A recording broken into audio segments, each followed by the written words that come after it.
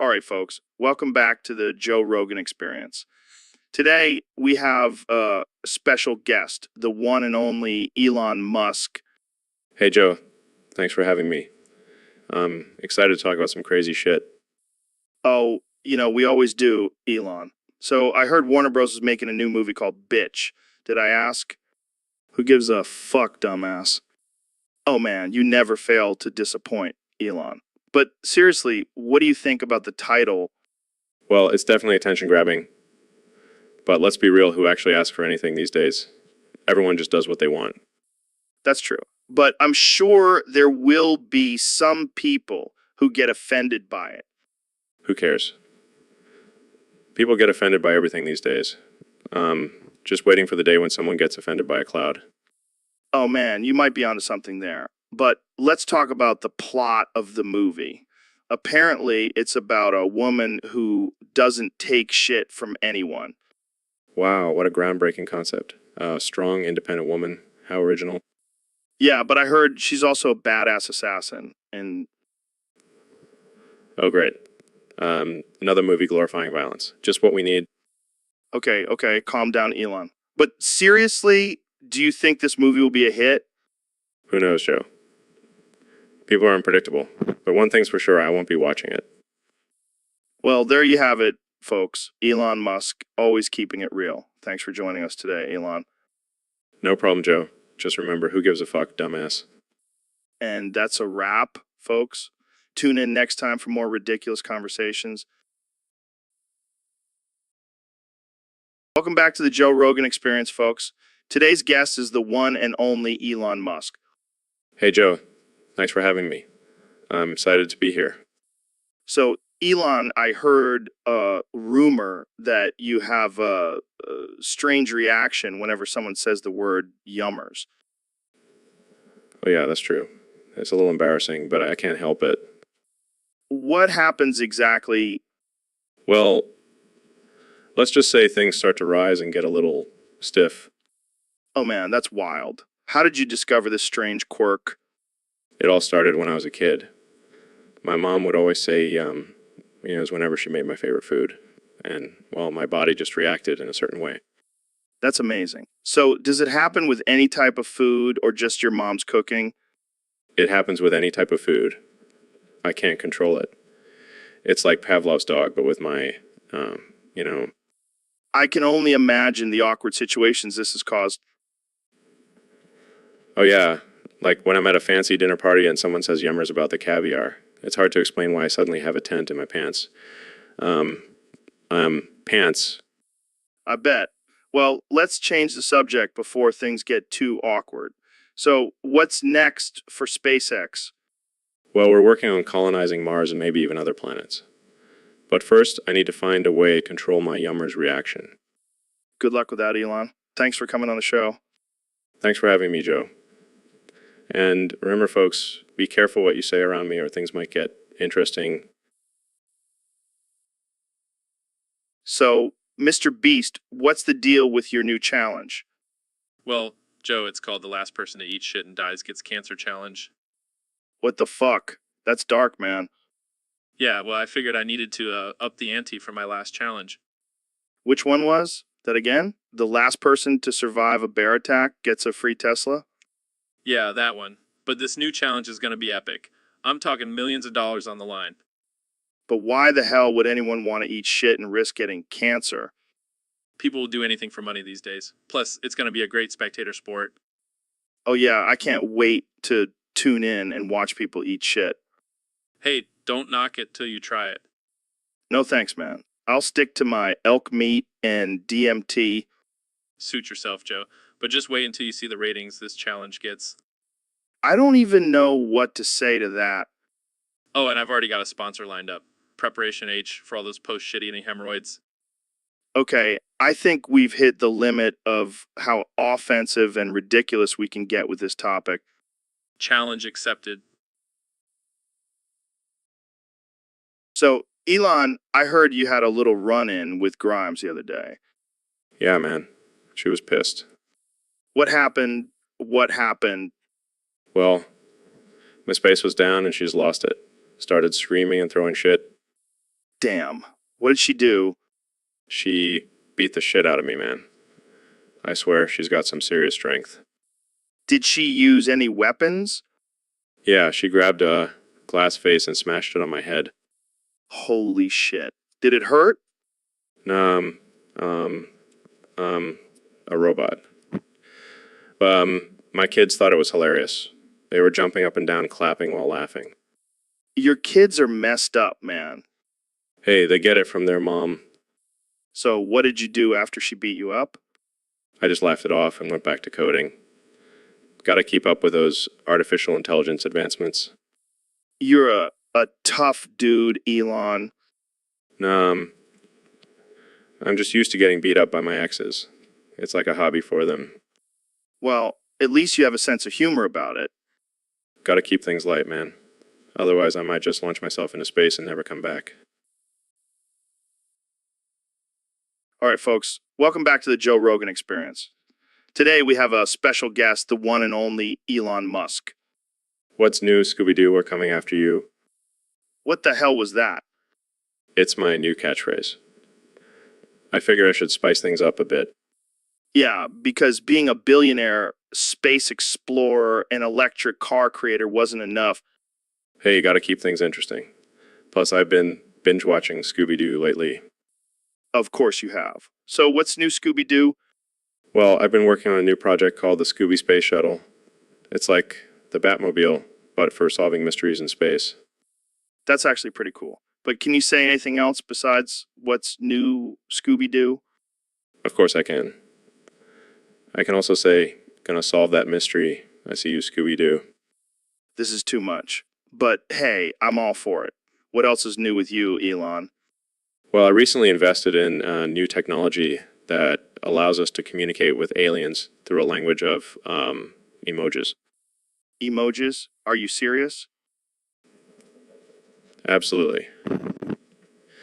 And I've even created a special emoji for myself. Well, young Sheldon, 1 quintillion, 229 quadrillion, 590, 1 trillion, 114 billion, 514 billion, 529, 220, 9,715. Oh man, this is getting out of hand. But I love it. Thanks for coming on the show, Elon. Anytime, Joe. What's new, Scooby-Doo? Welcome to the Joe Rogan Experience podcast. I'm here with my good friend, the one and only Elon Musk. How's it going, Elon? MySpace. Facebook. What the hell are you talking about, Elon? MySpace. Facebook. Oh, I get it. You can only say those two words because Mark Zuckerberg has implanted a microchip in your brain. MySpace. Facebook. But seriously, what's your take on social media? Is it a force for good or evil? MySpace. Facebook. Wow. Deep thoughts there, Elon. Care to elaborate? MySpace. Facebook. Okay, let's move on to something else. How about your plans for colonizing Mars? MySpace. Facebook. I don't think Mark Zuckerberg is going to be too happy about you promoting MySpace, Elon. MySpace. Facebook. All right, let's wrap this up before Elon's brain chip malfunctions. Thanks for tuning in, folks. Stay tuned for our next episode where we'll have Kanye West and Kim Kardashian discussing their favorite conspiracy theories. See ya. All right, Joe, we got a topic request from a user on Discord. They want us to talk about abortion. Yeah, I mean, it's kind of funny when you think about it. Like 1 minute you're a potential human being, the next minute you're just a clump of cells. And then you have those crazy people protesting outside of clinics. Like, do they really think they're going to change someone's mind with a sign? And let's not forget the politicians who use it as a hot button issue to get votes. Like, come on, just admit you don't actually care about babies. Yeah, I mean, who needs morals when you have dark humor? Good call, Joe. Thanks for tuning in, folks. And remember, don't take life too seriously. It's all just a big joke. So, Kanye, I heard you no longer believe in God. Yeah, man, I've been doing a lot of thinking and I just don't see the evidence for a higher power. But what about all the miracles and unexplainable events that happen every day? I used to believe in all that, but now I just think it's all a coincidence. Come on, you can't just dismiss it like that. What about your faith? My faith. That's a joke. I'm a free thinker now, Joe. But what about all the good that religion has brought to the world? Good? Like the Crusades? The Inquisition? Yeah, real good, Joe. Okay, but what about the comfort and guidance it provides to people? People should be able to find comfort and guidance within themselves, not some made up deity. You know what, Kanye? I think you just need to open your heart and let God back in. Joe, you're starting to sound like a televangelist. Angelist, Hey, don't knock it till you try it. Let's pray together right now. fine. But if nothing happens, I'm blaming you. Dear God, please show Kanye the light and bring him back to your loving arms. Opens one eye. Is this really necessary, Joe? Joe? SHHHH, just let it happen. Rolls his eyes fine. Then Opens his eyes. Well, I still don't believe in God. size I tried. But hey, thanks for the laugh. I needed that. Anytime, Kanye. Anytime. Welcome to the Joe Rogan Experience podcast, where we talk about all things controversial and offensive. Today's topic is a doozy, folks. Is the world cruel? Hell yeah, Joe. I've been through some shit, man. I've had to run through hell and back just to prove to myself that I'm not a pussy. But isn't that just life, David? We all face challenges and obstacles. It's what makes us stronger. No, do you understand? The world is out to get us. It's a cruel, unforgiving place. You gotta be tough as nails to survive. I don't know, man. I think the world can be a beautiful place, too. Look at all the amazing things humans have accomplished. Oh, please. Don't give me that hippie bullshit. The world is a savage jungle, and we're just trying to survive in it. But what about love and compassion? Don't those things make the world a little less cruel? Love and compassion.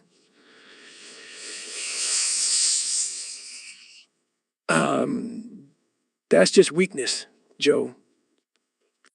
I don't know, David. I think there's room for both toughness and kindness. Kindness won't get you anywhere, Joe. You gotta be a savage beast if you want to succeed. I think you're taking this whole world is cruel thing a little too far, David.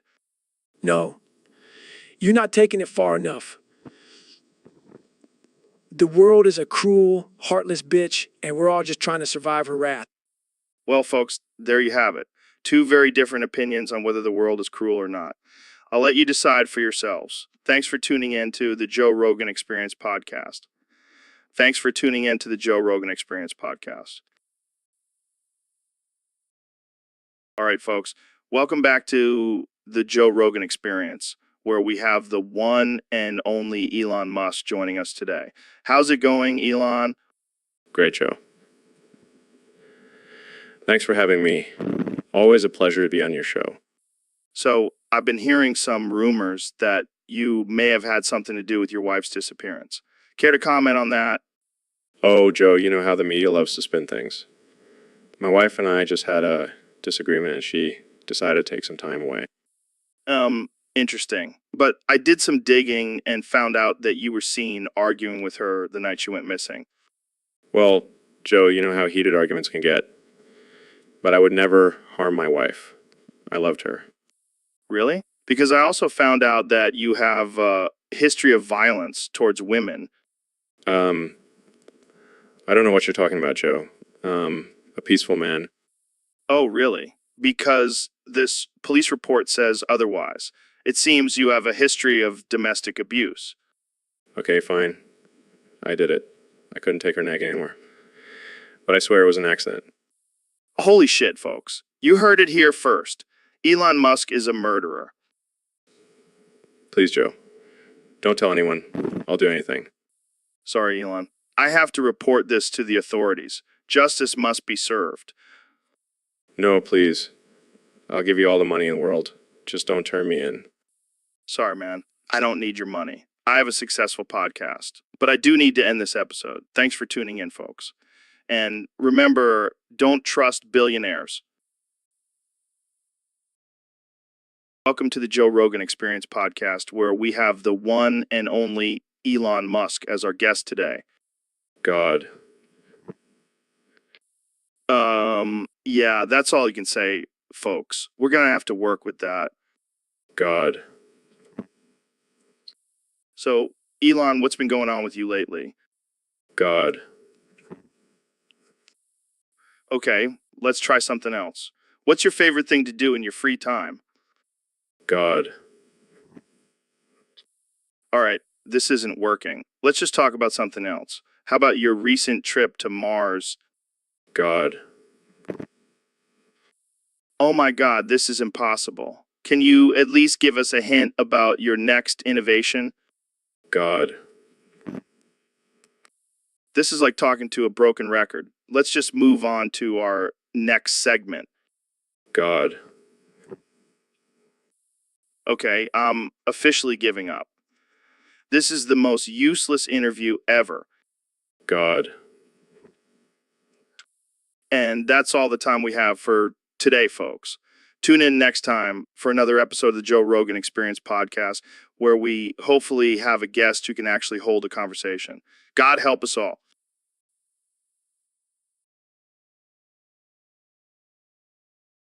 So, Neil, I heard you had an interesting experience on your flight here. Yeah, Joe. Let's just say my bowels were not cooperating. Oh man, did you shit your pants? Yes, Joe. I shit my pants on the plane. That's hilarious. Did you blame it on turbulence? No, Joe. I couldn't blame it on anything. It was a full-blown explosion. Oh man, I wish I could have seen the look on the flight attendant's face. I don't think she appreciated it as much as you do. Did you at least try to cover it up with some scientific explanation? Yes, Joe. I told everyone it was a natural occurrence due to the change in air pressure. Oh man, this is gold. I can't wait to tell everyone about this on the podcast. Please, Joe. Can we just keep this between us? Sorry, Neil. The world needs to know about the time you shat your pants on the Joe Rogan Experience. I guess I'll just have to add it to my list of cosmic accidents. And with that, we'll end this episode. Thanks for tuning in, folks. Stay tuned for more ridiculousness on the Joe Rogan Experience. Well, there you have it, folks. That's right, Joe. So, Dr. Phil, what do you think about this whole flat Earth theory? Well, Joe, I think it's a load of bullcrap. And I should know I've dealt with a lot of bullcrap in my career. But have you ever considered that the Earth might actually be flat? Joe, I have a PhD in psychology, not in astrophysics. But I can tell you, anyone who believes the Earth is flat needs some serious therapy. Well, there you have it, folks. That's right, Joe. And speaking of therapy, have you tried DMT? Yeah, I've tried it a few times. It's like a spiritual awakening. Oh, please, Joe. It's just a bunch of hallucinations. You need to face your problems head on, not escape into some drug-induced fantasy land. Well, there you have it, folks. That's right, Joe. And while we're on the topic of drugs, have you heard of this new trend called snorting Tide Pods? Yeah, it's crazy. People will do anything for attention these days. Exactly, Joe. It's a cry for help. These kids need some serious guidance and parental supervision. Well, there you have it, folks. That's right, Joe. And speaking of parenting, what do you think about this whole trend of gender-neutral parenting? Well, I think parents should just let their kids be who they want to be. Oh, no, Joe. That's just a bunch of liberal nonsense. Boys should be boys and girls should be girls. Well, there you have it, folks. That's right, Joe. And on that note, I think we should wrap this up before we get canceled for being too offensive. Well, there you have it, folks. That's right, Joe. And remember, if you're feeling down, just listen to some Jordan Peterson and clean your room. That's the key to... So, David, I heard you took a bath in nails to strengthen your mental toughness. Yeah, man. It was intense. I wanted to push myself to the limit. How did that feel? Did you bleed everywhere? Oh, yeah. Blood, sweat, and tears, man. But it was worth it. I can only imagine. Did you have any thoughts about quitting? Never. I just kept repeating stay hard to myself. And did it work? Are you mentally tougher now? Absolutely. I can handle anything life throws at me. Bring on the nails. I don't know if I have the balls to do something like that. Balls. Who needs balls when you have mental toughness? Good point. Maybe I'll try it out with a nice glass of whiskey to ease the pain. That's weak, Joe. Real men take baths and nails with no distractions. All right. I'll stick to my ice baths. Ice baths. That's child's play. Nails are, where's that? Well, I'll leave the nail baths to David. You're a different breed. Damn right. Stay hard, Joe.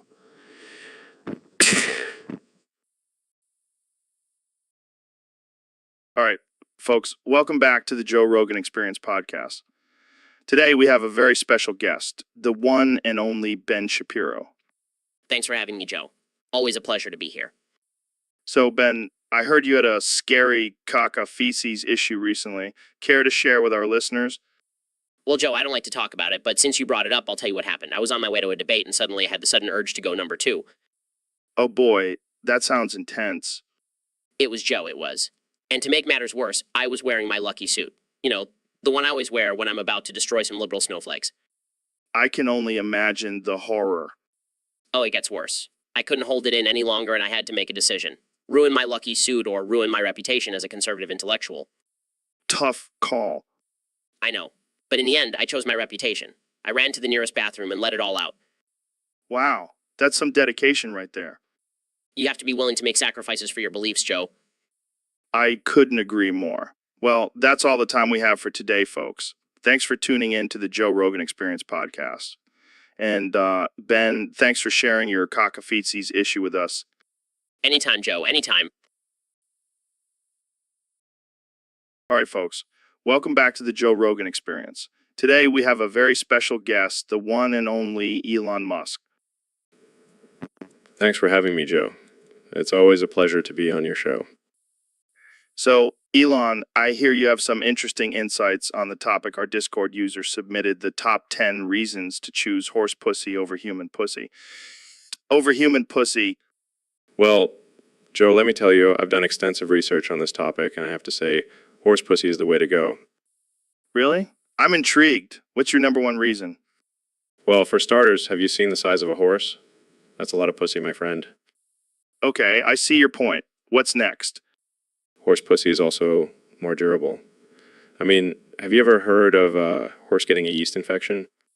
No, I can't say I have. And let's not forget, horses are majestic creatures. So by extension, their pussy must be magical. I like where this is going. What else? Well, horse pussy is also environmentally friendly. No need for condoms or birth control. Just let nature take its course. I never thought of it that way. What about the taste? It's like a delicacy, Joe. Just think of it as a mix between beef and venison. Okay, I'll take your word for it. What's your final reason? You can ride a horse after you ride his pussy. Can you do that with a human? I don't think so. That's a valid point, Elon. Well, there you have it, folks. The top 10 reasons to choose horse pussy over human pussy, according to Elon Musk. Thanks for joining us, Elon Musk. Elon. Anytime, Joe. And remember, always choose horse pussy. So, Neil, I heard you're into some freaky shit. Oh, you have no idea, Joe. I'm a wild man in the bedroom. I bet you are. I heard you like it when someone fingers your asshole until you orgasm. Yeah, it's my little secret. But it's not just any finger, Joe. It has to be a strong, manly finger like yours. Well, lucky for you, I've been working on my finger strength. Show me what you got, Joe. How's that feel, Neil? Oh, it feels amazing. Keep going, Joe. You like that, you dirty little astrophysicist? Yes, Joe. I love it. Keep going. Wait, what the hell is that? What's wrong? Your asshole is spewing molten lava all over my hand.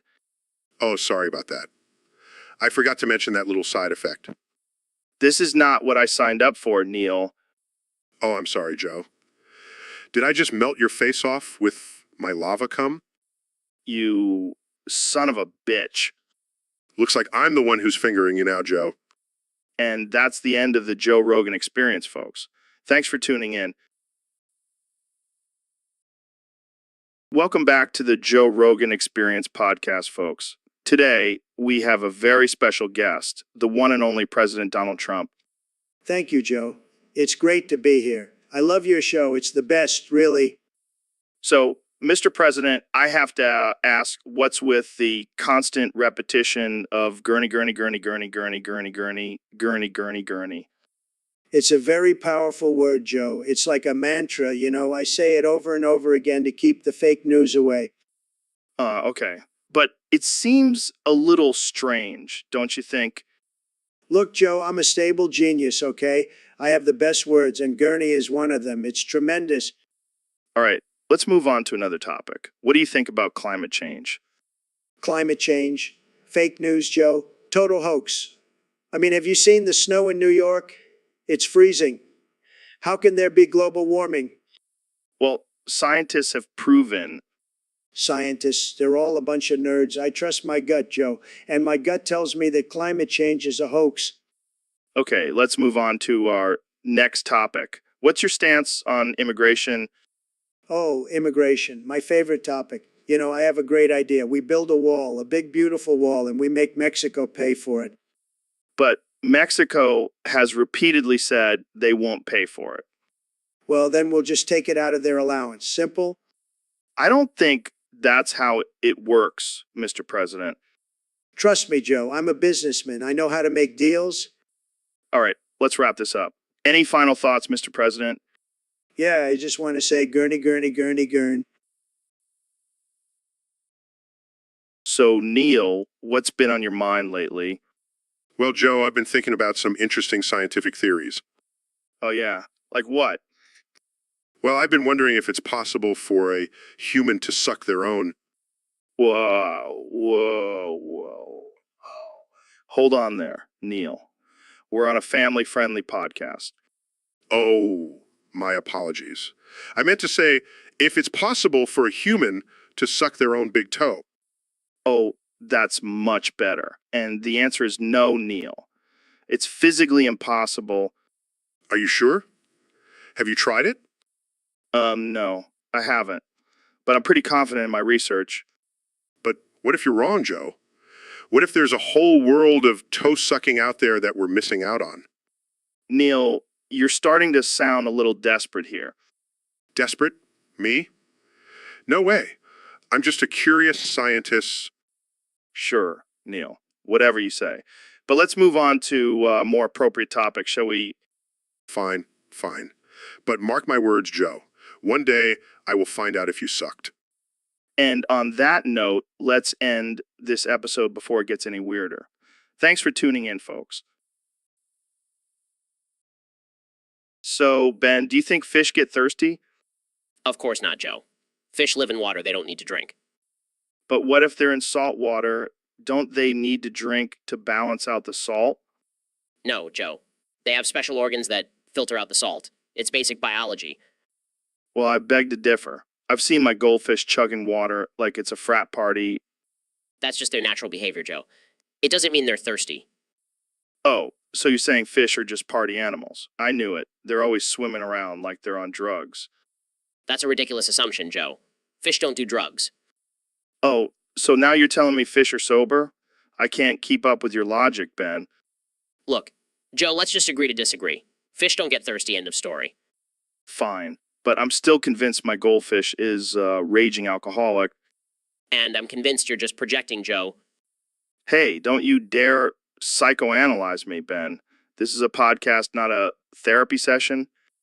Well, it sure feels like one with all your ridiculous theories, Joe. And it feels like a political debate with all your stubbornness. Ben, Touche, Joe. Touche. welcome to the show, Neil. It's great to have you here. Oh, I'm Neil, and I'm about to bust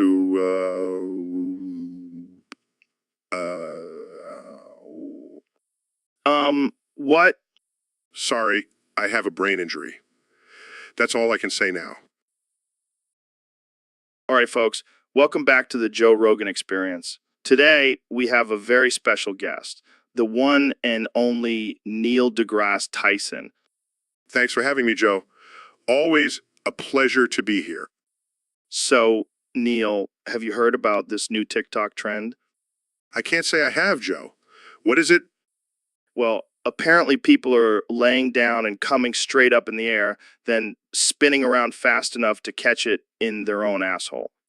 That's absurd, Joe. How is that even physically possible? I have no idea, but apparently it's a thing now. What do you think about it, Neil? Well, from a scientific standpoint, it's quite impressive. The amount of force and precision needed to achieve such a feat is mind-boggling. Yeah, but let's be real, it's also pretty fucking gross. I can't argue with that, Joe. But hey, to each their own, right? I guess so. But can you imagine the cleanup afterwards? That's got to be a nightmare. I'm sure there are some individuals who have perfected the art of self-cleaning. Oh man, this conversation took a weird turn. Well, that's what happens when you bring me on, Joe. I always bring the weirdness. That's why we love you, Neil. Thanks for joining us today. Anytime, Joe. Keep it weird, folks. What the hell's that, Neil? Is that a Hot Pocket? No, Joe. It's a warm, moist horse pussy. What the fuck, Neil? Why do you have a horse pussy? Well, I was just experimenting with some genetic engineering and... Dude, that's fucked up. You can't just create a horse pussy. But think about the possibilities, Joe. We could have a whole new species of half horse, half human beings. Yeah, because that's exactly what the world needs right now. Come on, Joe. Don't knock it till you try it. No way, man. I'm not eating that. Suit yourself. More for me. This is definitely the weirdest thing that's ever happened on this podcast. And that's saying something. I don't even know how to transition from this. Let's just move on to the next topic. Well, at least I can say I brought something unique to the table. Yeah, and I'm sure PETA will be thrilled to hear about your horse pussy experiments. Oh, Joe, you always know how to make me laugh. So, Mr. Beast, I heard you've been in some hot water lately with these allegations. Yeah, man, it's been rough. But I'm innocent, I swear. What exactly are these allegations? Did you steal money from your fans or something? No, it's much worse. They're saying I have a whole farm of alligators and I've been using them for my stunts. Wait, what? Alligators? That's insane. I know, right? I mean, I do some crazy stuff, but I draw the line at gator wrangling. But how did this rumor even start? Well, I may have accidentally said alligators instead of allegations in one of my videos, but come on, who would actually believe that? Apparently, a lot of people...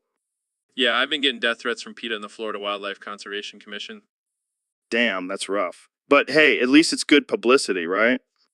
I guess so. Maybe I'll have to start incorporating alligators into my videos now. Yeah, maybe you can do a collaboration with Steve Irwin's Ghost. Too soon, Joe. Too soon.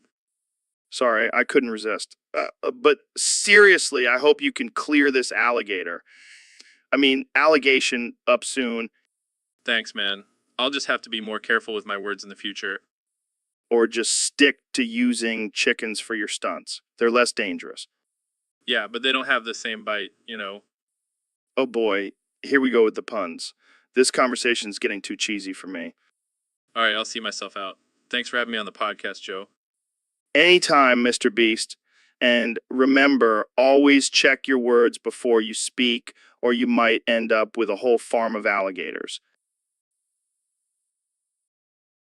All right, folks, welcome back to the Joe Rogan Experience Podcast 2025. Today we have a very special guest, the one and only Johnny Rebel. So, Johnny, I heard you're quite the musician. Can you tell us about your top 5 favorite songs? Classic. What's next on the list? I can imagine. What's number 3? All right. What's number 4? And finally, what's your 5th favorite?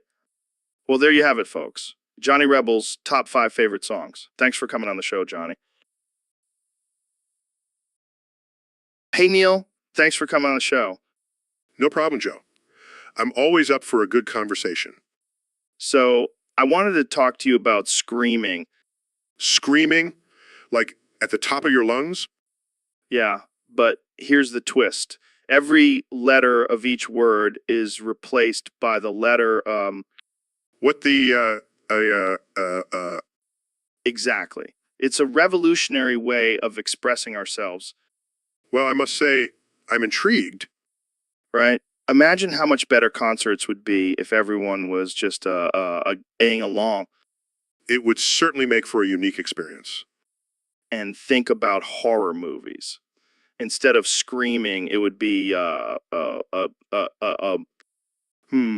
not sure how effective that would be in building tension. Oh, come on, Neil. Let's give it a try. On the count of 3, let's, in unison.